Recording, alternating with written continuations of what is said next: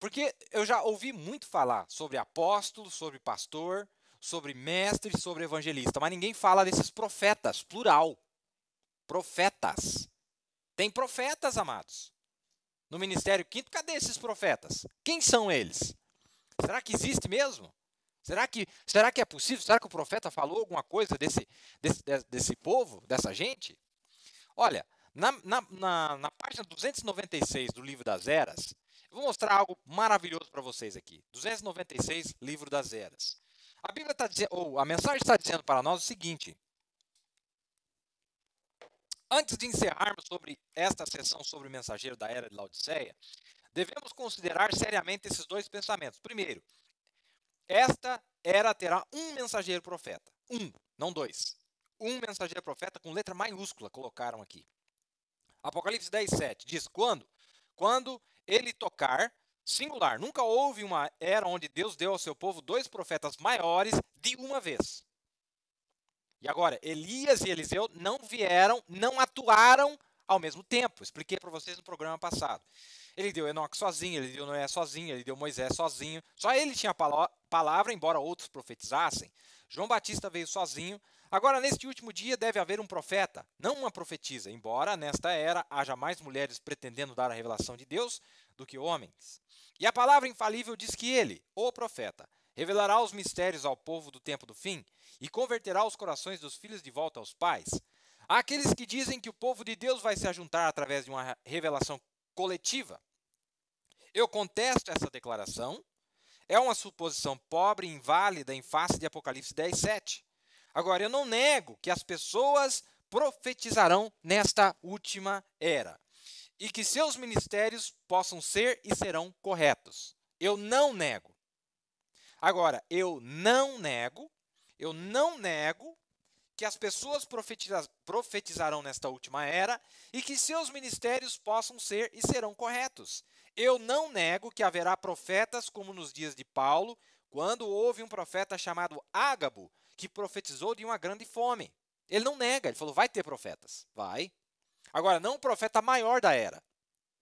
Esse que vai revelar os mistérios, esse que vai trazer a revelação dos 7 selos. Eu concordo que isso é assim, mas eu nego sob a infalível evidência da palavra que haja mais do que um mensageiro profeta maior que revelará os mistérios contidos na palavra e que tenha o ministério para converter os corações dos filhos aos pais. Mas ele disse que haverá profetas. Ele não negou a parte que disse que haveria profetas, porque ele teria que negar Efésios 4. E ali fala de profetas, plural. Ele ainda cita alguns aqui, como por exemplo, nesta citação, ele cita Ágabo, o profeta Ágabo. Deixa eu ler para vocês aqui, ver para vocês aqui. Eu não nego que haverá profetas, como nos dias de Paulo. Paulo era o profeta maior, mas tinha um profeta lá também junto com ele. Ágabo. E eu vou dar uma olhada, vamos dar uma olhada nesse personagem Ágabo, para vocês verem quem ele foi. Quando houve um profeta chamado Ágabo que profetizou de uma grande fome, quer dizer, ele podia profetizar e as coisas aconteciam. Esse profeta Ágabo. E ele não era o profeta maior da era, mas ele era um profeta. E nós estamos voltando para a igreja primitiva. Se teve um mensageiro maior na igreja primitiva, e debaixo daquele mensageiro maior teve profetas, então nós temos que ter profetas nos dias de hoje também. E é por isso que você vai entender que a oração do profeta em relação ao seu filho é corretíssima. Porque o profeta sabia que haveria profetas, não como o revelador maior dos mistérios, não com alguém com autoridade para dizer se é assim ou é assado. Não, Senhor. Quem tem essa autoridade é o profeta de Apocalipse 10, 7. Não. O único que tem a autoridade de trazer isso para nós é Apocalipse 10, 7. Então, a nossa fé, irmãos, está na Escritura. Apocalipse 10, 7 está na Bíblia. Que esse seria o mensageiro final, que teria a voz, teria o absoluto de Deus. Não por si próprio, mas através do Espírito Santo. Através de Cristo, que havia descido naquele ministério do Filho do Homem. É muito fácil, já cansamos de falar isso aqui. Mas o que eu estou chamando a atenção de vocês é que debaixo desse grande profeta haveria profetas. Haveria profetas. E o profeta cita que eu não nego que vai haver profetas, de jeito nenhum. Teve Ágabo lá. Sim, houve um Ágabo e ele era um profeta verdadeiro. Vamos ver mais um pouquinho aqui. Agora, olha que coisa bonita, amados. Eu li na página 296 do livro das Eras. Tá certo? Página 296.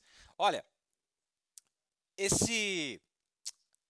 vamos ler um pouquinho sobre Ágabo. A Bíblia diz assim, ó. E no dia seguinte, partindo dali, Paulo, eu estou lendo em Atos capítulo 21, a partir do verso 8, diz assim, ó. E no dia seguinte, partindo dali, Paulo e nós que com ele estávamos, chegamos a Cesareia e entrando em casa de Filipe, o evangelista, que era um dos 7, ficamos com ele. E tinha este 4 filhas virgens que profetizavam. E demorando-nos ali por muitos dias, chegou da Judéia um profeta por nome Ágabo. Chegou ali um profeta por nome Ágabo. A Bíblia está dizendo que ele era um profeta. Ora, a igreja efesiana estava em ação naqueles dias. Assim como a igreja efesiana hoje tem que estar em ação. Onde é que estão esses profetas? E vindo ter conosco, tomou a cinta de Paulo e ligando-se os seus próprios pés e mãos, disse: Isto diz o Espírito Santo, assim ligarão os judeus em Jerusalém o homem de quem é esta cinta e o entregarão nas mãos dos gentios. E ouvindo nós isto, rogamos-lhe, tanto nós como os que eram daquele lugar, que não subisse a Jerusalém. Mas Paulo respondeu: Que fazeis vós chorando e magoando meu coração? Porque eu estou pronto não só a ser ligado, mas ainda a morrer em Jerusalém pelo nome do Senhor Jesus. E como não podíamos convencê-lo, nos aquietamos dizendo: Faça-se a vontade do Senhor. Presta atenção nisso aqui, amado. O profeta disse nesta mensagem, paradoxo do dia 10 de dezembro de 1961, preste bem a atenção no que eu vou ler para vocês. Parágrafo 232, mensagem paradoxo. O profeta estava orando e ele vai dizer o seguinte, olha que coisa chocante. Deus, agora, por mais de uma hora, mais ou menos 1 hora e 10 minutos, nós temos falado aqui, falando de eventos presentes e passados, de como o Espírito Santo lhes dividiu, Senhor. Assim como a palavra de Deus tem graciosamente feito, mostrando o próprio Deus do céu, que vivia naqueles dias antigos na mesma forma e da mesma maneira que ele vive hoje. As mesmas maravilhas e o mesmo poder que estava sobre os profetas de antigamente, que estava sobre a igreja de Pentecoste, que estava sobre Ana e sobre Ágabo, os profetas do Novo Testamento naquele dia. Os profetas do Novo Testamento naquele dia, Ana e Ágabo. Já vou falar de Ana. Vamos falar de Ágabo um pouquinho. Que até mesmo corrigiu a Paulo, a São Paulo. O apóstolo Paulo entrou em problemas, presta atenção, amado. O apóstolo Paulo entrou em problemas por não ter ouvido a Ágabo. Porque Ágabo, ainda que Paulo fosse um apóstolo, mas Ágabo tinha a palavra do Senhor. E ele lhe advertiu para não ir para lá. Mas Paulo estava determinado a ir e então ele entrou em problemas. E pai, nós sempre entraremos em problemas se desobedecermos a palavra de Deus. Ele profetizou, irmão, disse, Paulo, se você for para lá,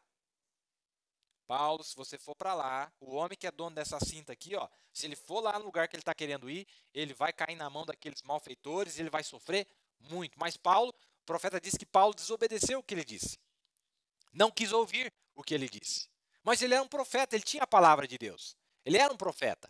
Ora, irmão, mas a igreja primitiva tinha profetas? Além do profeta maior, tinha.